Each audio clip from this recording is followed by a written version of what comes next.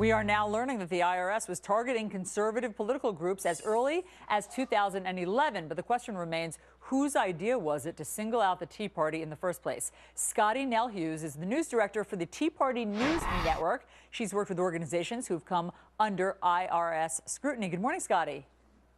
Good morning, Allison. Happy Mother's Day. Thank you, and to you as well. So, Scottie, how did your news network figure out that the Tea Party and conservative groups were being targeted? Well, actually, it was very simple. Our sister organization, the TeaParty.net, has been probably one of the most high-priority organizations targeted by the IRS for the last 3 years. They have gone through the process of applying for a 501c4 status and have request after request, insane requests, asking for things for donor lists, for marketing, to every email ever sent by any of the employees. And we knew that there was obviously something not going on, but we're law-abiding citizens, so we just went along with the process. Okay, so you knew, you say, as long ago as 3 years ago that something was fishy. Did you try to alert authorities or shed light on this?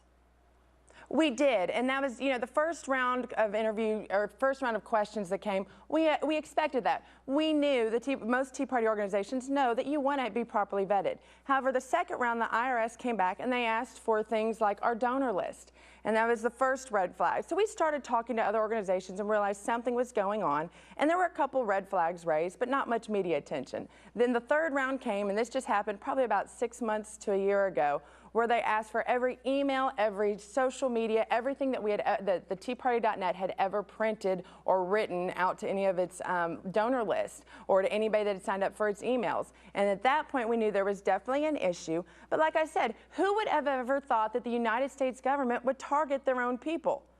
And your examples highlight how what the IRS was attempting to do, it appears, is make the process much more burdensome for Tea Party organizations than for any other organization to regain that sort of charitable status. Is it your impression that this was the group of just a handful of low-level functionaries in one office, or do you think that it went higher and the supervisors were in on it?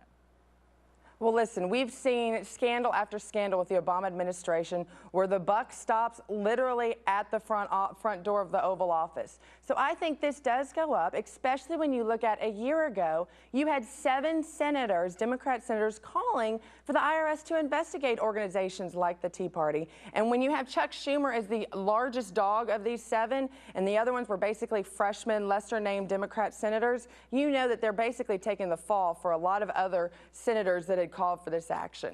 All right, well, thanks for explaining your experience with this. Obviously, this is a story that's not going away anytime soon until we get answers. Scottie Hughes, you're the news director at the Tea Party News Network. Thanks so much. Thank you.